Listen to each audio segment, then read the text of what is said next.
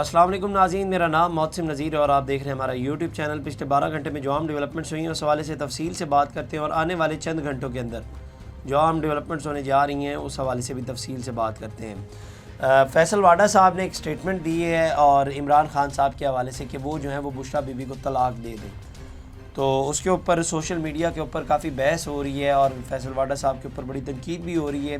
تو اس حوالے سے جو ہے وہ تفصیل سے بات کرتے ہیں تھوڑی سی، اور اس کے ساتھ ساتھ اور بھی دیگر دلچسپ خبریں ہیں، تو ولاگ آپ نے جو ہے وہ یہ اینڈ تک دیکھنا ہے۔ سب سے پہلے جناب آغاز کرتے ہیں۔ پچھلے ولاگ میں نے آپ کو بتایا تھا کہ پی ٹی آئی اور حکومت کے درمیان جو ہے وہ مذاکرات کرنے کی کوشش کی جا رہی ہے، پی ٹی آئی کوشش کر رہی ہے، لیکن تاحال حکومتی سائڈ سے جواب نہیں مل رہا۔ تو اس کے اوپر اب مختلف قسم کی خبریں آ رہی ہیں۔ اب ڈان نیوز نے یہ خبر دی ہے کہ وفاقی حکومت اور پاکستان تحریک انصاف کے درمیان رابطے بحال ہو گئے، اور سنی اتحاد کونسل کے سربراہ صاحبزادہ حامد رضا کی پیشکش کے بعد پارٹی کے وفد نے چیئرمین بیرسٹر گور کی قیادت میں اسپیکر قومی اسمبلی سردار ایاز صادق سے ملاقات کی اور مذاکرات کے لیے پارلیمنٹ کا فورم استعمال کرنے کی ایاز صادق کی تجویز پر اتفاق کیا۔ ڈان نیوز کے مطابق چیئرمین تحریک انصاف بیرسٹر گور، قومی assembly opposition leader Omar Ayub اور صاحبزادہ حامد رضا نے ایاز صادق سے ملاقات کی اور ان کی ہمشیرہ کے انتقال پر اظہار تعزیت کیا۔ وزیر قانون اعظم نذیر تارڑ بھی ملاقات میں موجود تھے۔ اچھا، اب یہ خبر دے دی ڈان نے۔ اس کے بعد صاحبزادہ حامد رضا صاحب نے ایک ٹویٹ کیا، اور ایئر وائی کی جو خبر تھی جس میں ایئر وائی نے خبر دی تھی کہ صاحبزادہ حامد رضا کے مذاکرات کے آغاز کی تصدیق، تو اس پہ انہوں نے ٹویٹ کیا، انہوں نے اسکرین شاٹ لے کے انہوں نے کہا کہ میں ایئر وائی آفیشیل کی طرف سے اس خبر کی تردید پہلے بھی کر چکا ہوں، اب بھی کرتا ہوں۔ بامقصد مذاکرات ہوئے تو سب سے پہلے کمیٹی کے سربراہ عمر ایوب میڈیا کو آگاہ کریں گے۔ ہمارا اب بھی یہی موقف ہے کہ ہم مذاکرات کے لیے تیار ہیں، مذاکرات کے لیے ہماری طرف سے کوئی رکاوٹ نہیں ہے، مذاکرات حکومت کرے یا طاقتور حلقے، ہم تیار ہیں۔ تو یہ جو ہے وہ صاحبزادہ صاحب نے ٹویٹ کیا۔ اس کے بعد جیو کی طرف سے ایک خبر آئی، انہوں نے کہا کہ پی ٹی آئی کی مذاکرات کی پیشکش حکومتی اتحاد تاحال کمیٹی تشکیل نہ دے سکا۔ ذرائع کے مطابق حکمران اتحاد میں شامل پیپلز پارٹی بھی تاحال پی ٹی آئی سے رابطوں کے حوالے سے لاعلم ہے۔ حکومتی ذرائع کے مطابق پی ٹی آئی نے مذاکرات کے لیے تاحال حکومت سے باضابطہ رابطہ نہیں کیا۔ باضابطہ رابطہ نہ ہونے کی وجہ سے حکومتی اتحاد نے تاحال کمیٹی تشکیل کا فیصلہ نہیں کیا۔ حکومتی ذرائع کے مطابق پی ٹی آئی کے باضابطہ رابطوں کے بعد ہی حکومتی اتحاد کی کمیٹی تشکیل دی جائے گی۔ کسی بھی کمیٹی یا مذاکرات سے پہلے آصف علی زرداری، نواز شریف سے مشاورت ہوگی۔ پی پی ذرائع کے مطابق ہمارے بغیر نہ مذاکرات ہوں گے اور نہ ان میں کامیابی ہو سکتی ہے۔ حکومتی ذرائع کے مطابق نون لیگ کے سینئر رہنما کی مذاکراتی عمل سے پہلے پیپلز پارٹی سے مشاورت کی یقین دہانی کرائی ہے۔ تو یہ جو ہے وہ خبریں مختلف چینل سے نکل کے آئی ہیں، اور مجھے یاد ہے اب تو یہ پی ٹی آئی نے پوری ایک کمیٹی تشکیل دے دی۔ مجھے یاد ہے آج سے چند سال پہلے جو ہے وہ یہی پی ٹی آئی کہتی تھی کہ جناب ان سے ہم لوگ مذاکرات کریں گے، ان کو تو ہم شہباز شریف صاحب کو تو وہ اسلام آباد کا وزیر اعظم کہتے تھے، وہ کہتے ہیں ان سے ہم مذاکرات کریں گے، ان کی حیثیت کیا ہے، یہ تو فارم 47 کے ہیں، تو ان سے ہم لوگ مذاکرات کریں گے۔ لیکن اب حالات بدل گئے ہیں، جذبات بدل گئے ہیں، اب پوری ایک کمیٹی بنا دی گئی ہے اور اب رابطے کرنے کی کوشش کی جا رہی ہے، اور مذاکرات کے لیے کمیٹی تیار بھی بیٹھی ہوئی ہے۔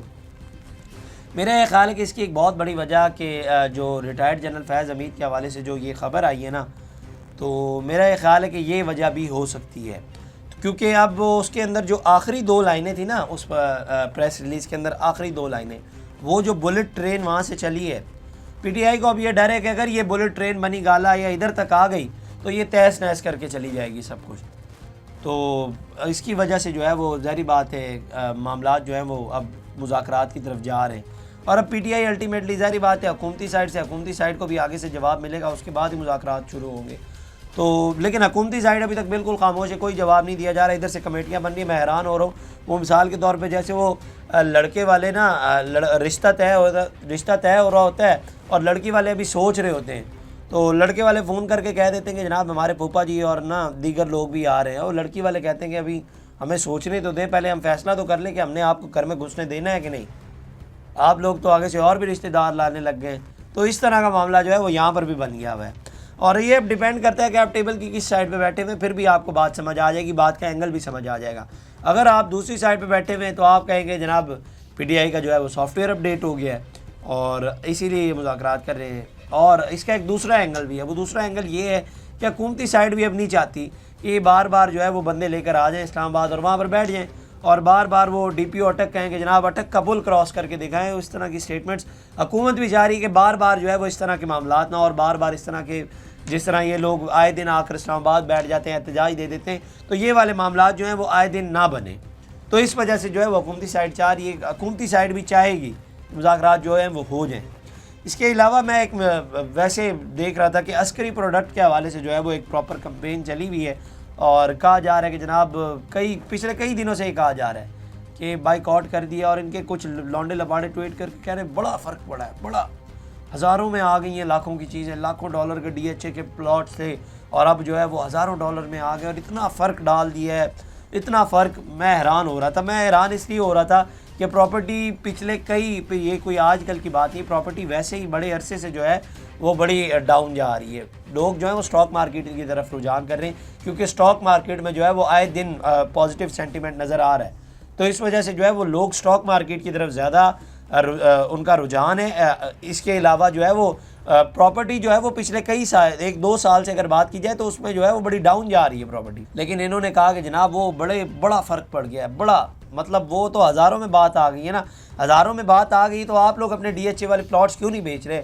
مجھے حیرانگی ہوتی ہے کہ آپ لوگ ٹھیک ہے کمپین کا آغاز کیا ہے، بڑے چھوٹی چیزیں، یہ چھوٹے پروڈکٹ ہوتے ہیں جو آپ لوگ کہہ رہے ہیں کہ سیمنٹ نہ لیں، یہ نہ لیں، وہ نہ لیں.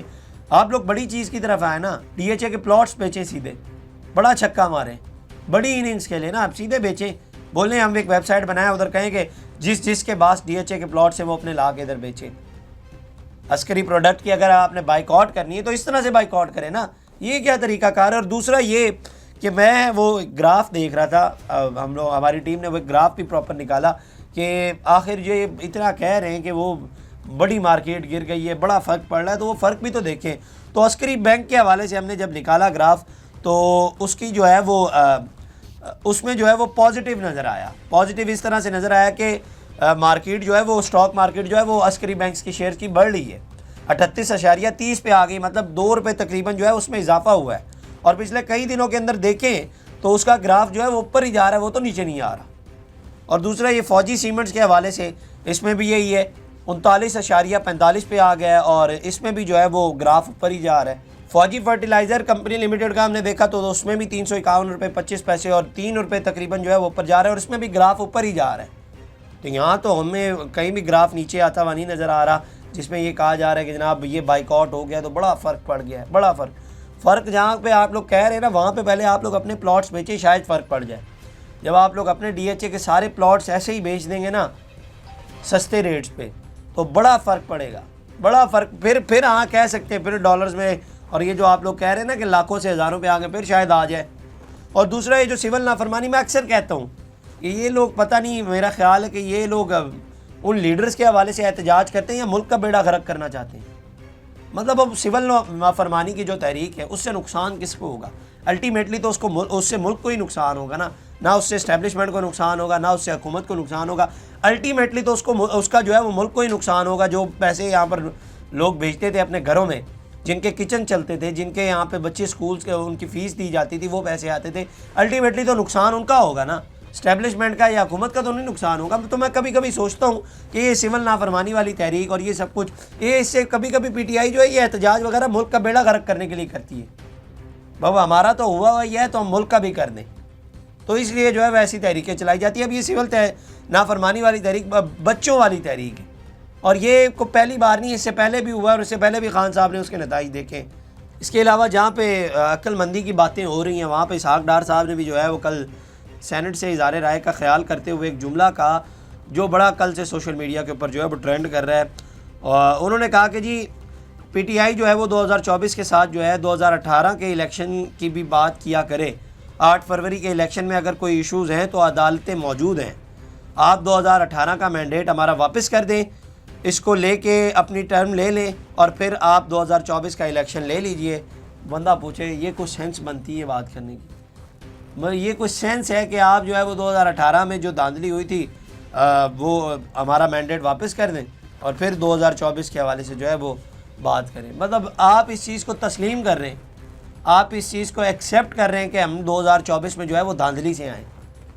مطلب بات کا مقصد تو یہی ہے نا کہ آپ اس چیز کو ایکسیپٹ کر رہے ہیں کہ پہلے ہمارا مینڈیٹ ہمیں واپس کر دیں، اس کے بعد جو ہے آپ 2024 والے مینڈیٹ کے اوپر آ جائیں. تو آپ اس چیز کو ایکسیپٹ کر رہے ہیں کہ آپ لوگ جو ہیں وہ دھاندلی سے آئیں, اور پھر وہ جس قسم کے کلیمز کرتی ہے پی ٹی آئی, آپ تو ان چیزوں کو ثابت کر رہے ہیں. آپ تو اس میں کوئی شک کی بات بیچ میں نہیں آ گئی. اور پھر ٹھیک ہے, یہ اگر اسی طرح سے سب کچھ ہونا ہے تو پھر لوگوں کو کیوں بے وقوف بنایا ہوا ہے؟ وہ آپس میں آپ لوگوں کے لیے کیوں لڑتے ہیں؟ میں اسی لیے کہتا ہوں کہ آپ لوگ بے وقوف ہیں جو ان کے لیے لڑتے ہیں. یہ سب کچھ ہوتا ہے. یہ اب 2018 میں جو گورنمنٹ بنے گی وہ کہے گی کہ جناب ہم بھی پھر دھاندلی سے آئیں گے. تو پھر لوگوں کا ووٹ جو ہے وہ کیوں آپ لوگ لیتے ہیں؟ ان کو کیوں بے وقوف بنایا ہوا ہے؟ ان کو کیوں بھیڑ بکریوں کی طرح آگے کیا ہوا ہے سب کے؟ لڑنے مرنے کے لیے آپ کے پاس عوام ہے, اور جب سارا کچھ جو کھانے پینے کے لیے حکمران ہمارے آگے. اس طرح سے لوگوں کو یہ بے وقوف بناتے ہیں, اور اس طرح سے یہ آپ لوگوں کو بے وقوف بناتے ہیں. یہ آپ کی عقل کے اوپر جو پردہ ڈلا ہوا ہے اس کو ہٹانے کی میں کوشش کر رہا ہوں کہ یہ لوگ ہیں وہ, یہ دیکھیں اس قسم کی یہ باتیں کرتے ہیں. وہ ایکسیپٹ خود کر رہے ہیں کہ 2024 کے الیکشن میں دھاندلی ہوئی ہے, خود مان رہے ہیں اس چیز کو, اور آپ لوگوں کو جو ہے وہ بے وقوف بنایا ہوا ہے انہوں نے.